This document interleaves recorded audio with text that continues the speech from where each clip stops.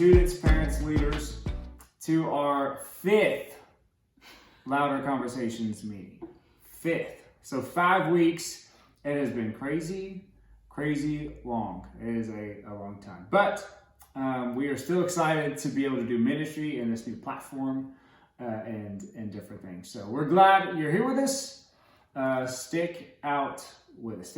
So this week, so before I dive into what it is we're talking about, we want to challenge you to go to our website, northpoint.tv/youth.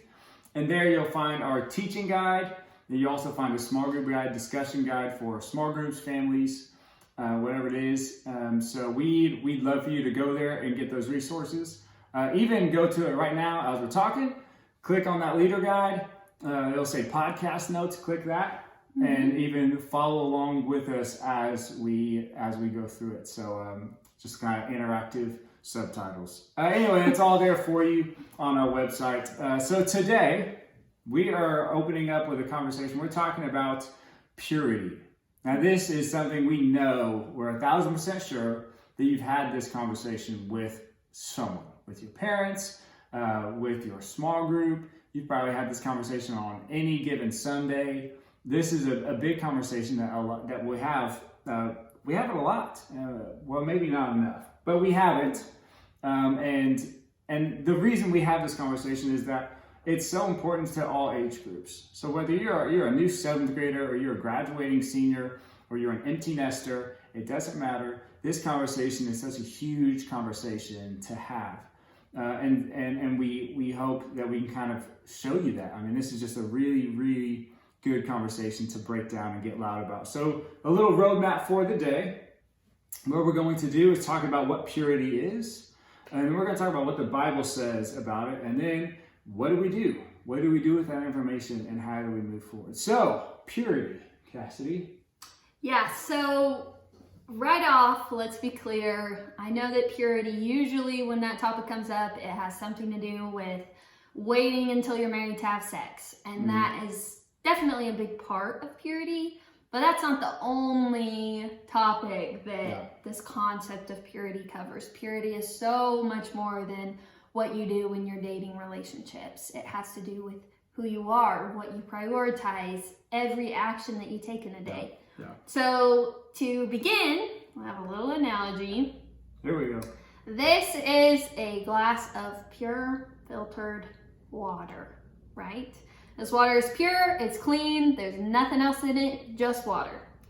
I'm gonna take a little sprinkle of some protein powder. Let's call this just a little bit of sin, just a tiny bit. A little bit of gossip, a little bit of deceit, just a little bit of gluttony, or a little bit of lying, whatever it is.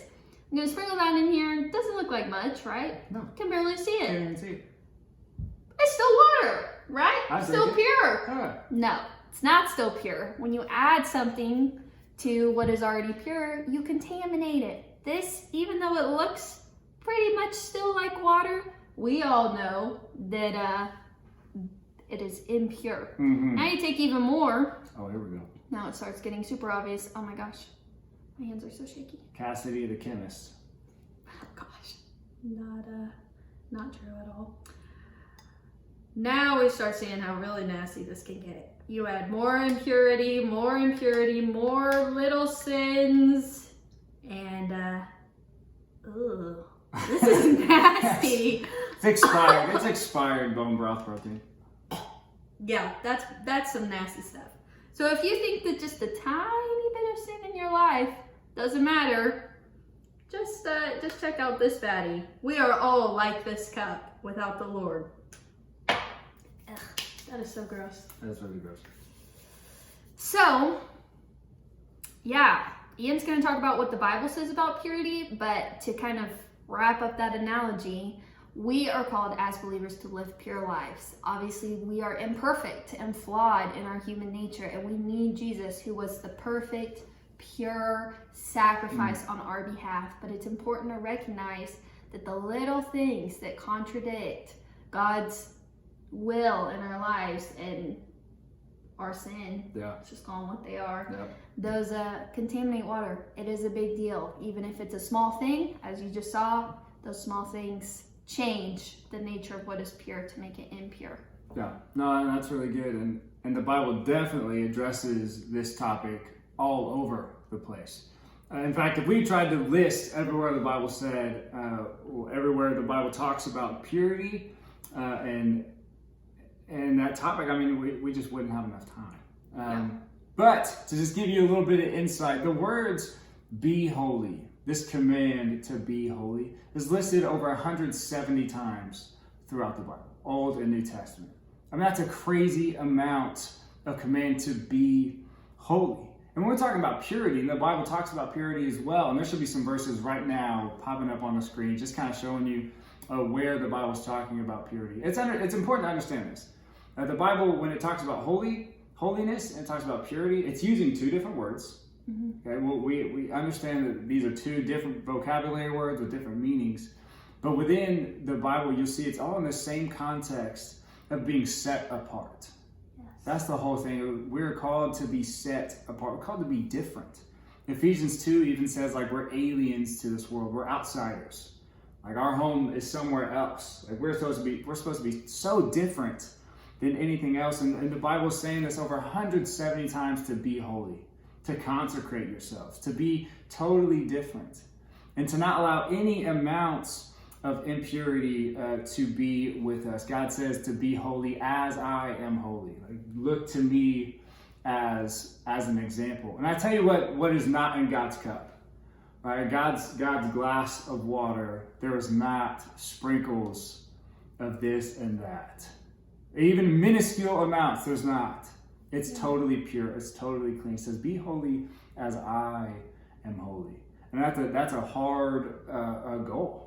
And that is a really tough thing. But I think it's important to understand that when we're talking about impurity, we're talking about sin, which Cassidy said. Mm-hmm. And we're talking about all sin.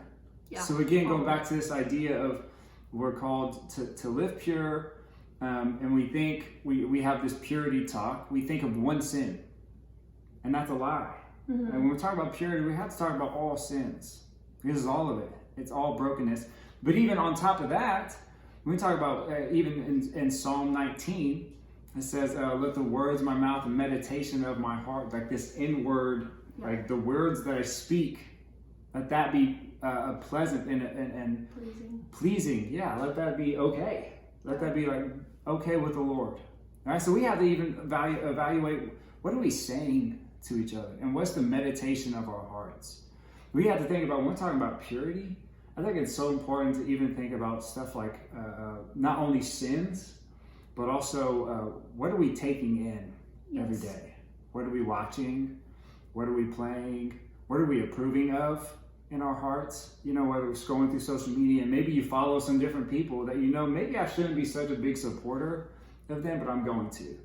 Like, man, this is a time to really, man, I want to live a pure life. I don't want to have any amount of sprinkles of unrighteousness, because the Bible makes this clear that any unrighteousness is unrighteous. Any amount.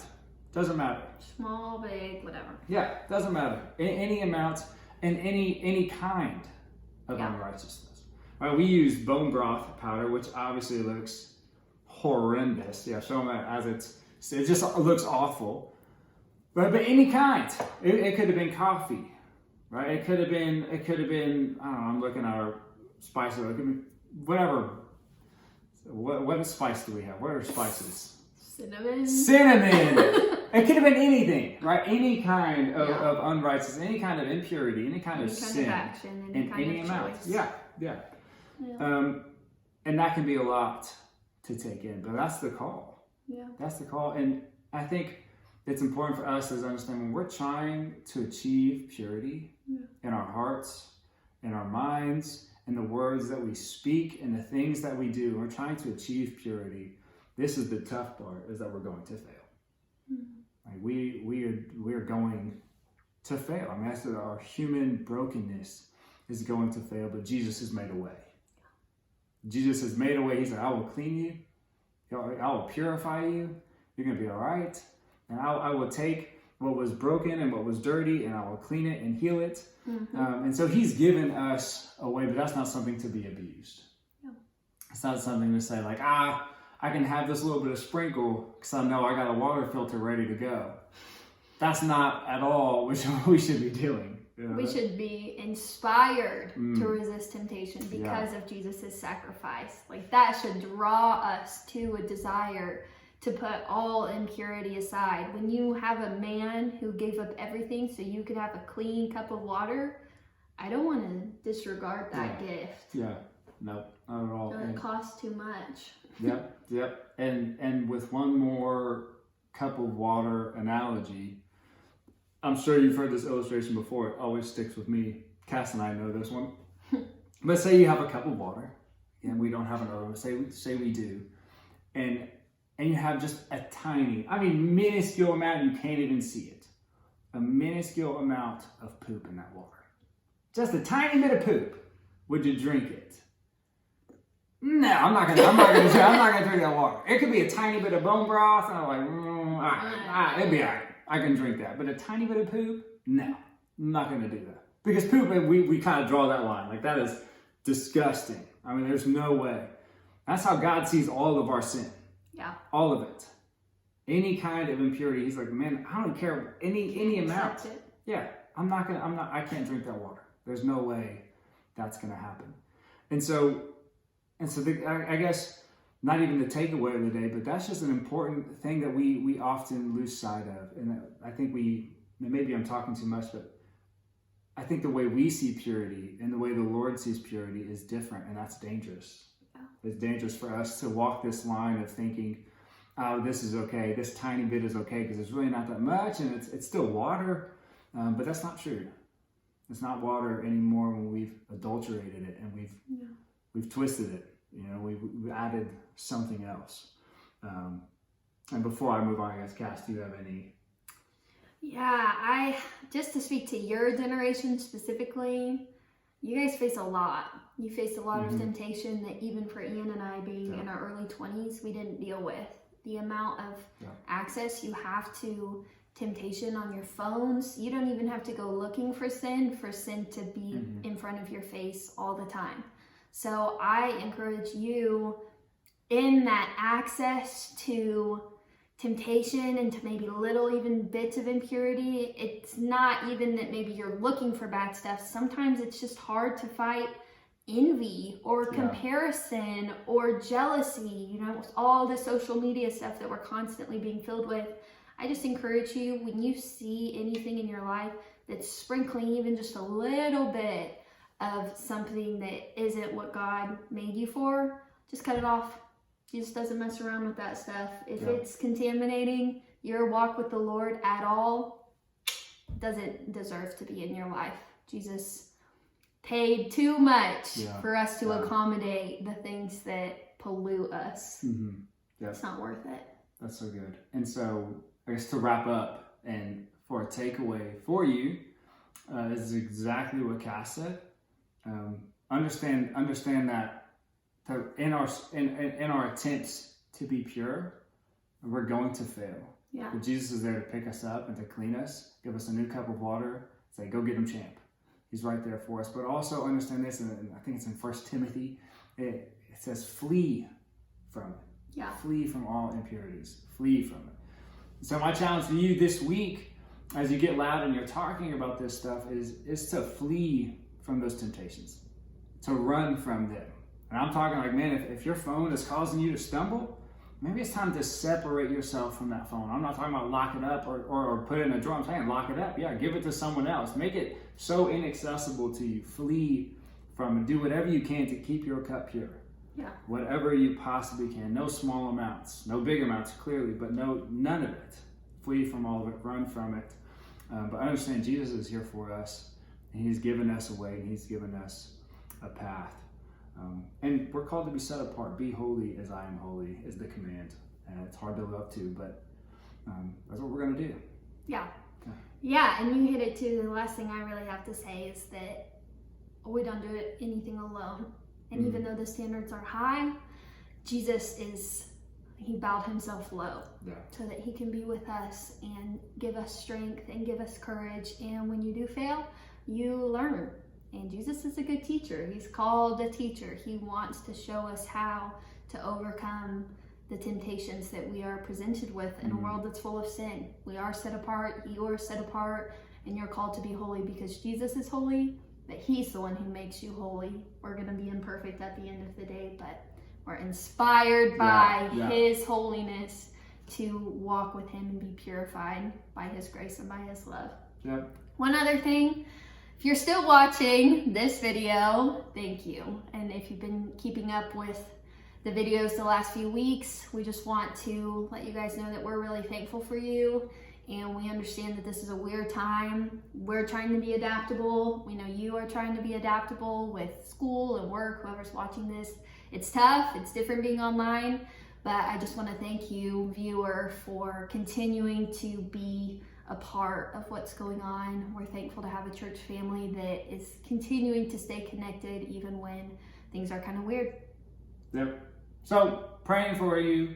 We love you. Go use that discussion guide. Go get that teaching guide and have fun. Get loud talking about it. Go get it.